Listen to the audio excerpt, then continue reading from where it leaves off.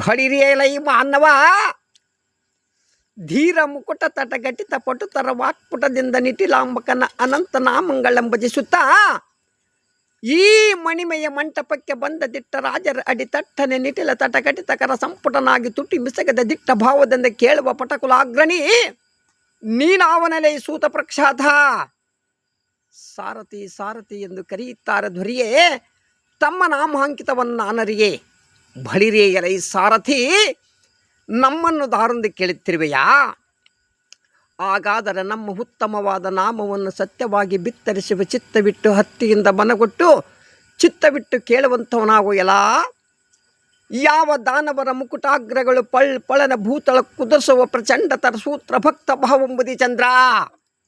ಚಂದ್ರ ಶಂಭುವಿನ ವರಮಿತ್ರ ನೇತ್ರ ಶಿರಾಬ್ದಿ ಮಧ್ಯಸ್ಥಿತಿಯಲ್ಲ. ಇದು ಅಲ್ಲದೆ 14 ಲೋಕಂಗಳಂ ಸದಮ ಮನದೋಳಿಟ್ಟು ಕಪಟತನವನ್ನು ಬಿಟ್ಟು ರಕ್ಷಿಸುವ ಜಗದ್ರಕ್ಷಕ ದುಷ್ಟಜನ ಶಿಕ್ಷೆನೆನಿಸಿ ಮೆರೆಯುವ ಲಕ್ಷ್ಮೀ ಪ್ರಾಣನಾಥ ವೈಕುಂಠನಾಥ ತ್ರಿಭುವನ ಪ್ರಖ್ಯಾತ ಪಾಪರಹಿತ.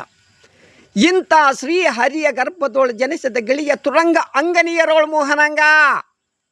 ವೈರಿಯರ ಭಂಗರಹಿತ ರಂಗ ಶೃಂಗಾರದಿ ಮೆರೆವರ್ಣ ಭೀಕರ.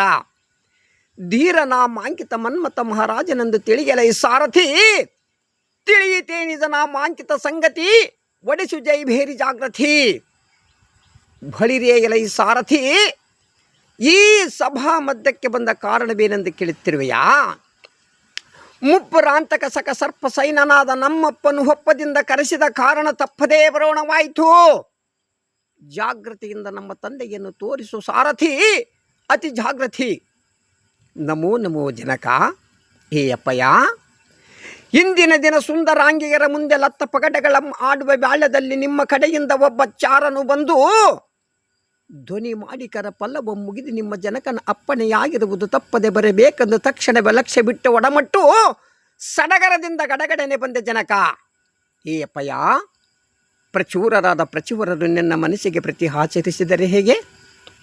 ಹೇ ತಂದೆ, ಜಟ ನಿಶ್ಚಟ ಶಾಂಬ ಕೃತವರ್ಮ ಅಕ್ರೂರ ಮೊದಲಾದ ನಿನ್ನ ಪುತ್ರ ಪೌತ್ರರೇನಾದರೂ ನಿನ್ನ ಪ್ರತಿಬಿಂಬಿಸಿದರೆ ಹೇಗೆ?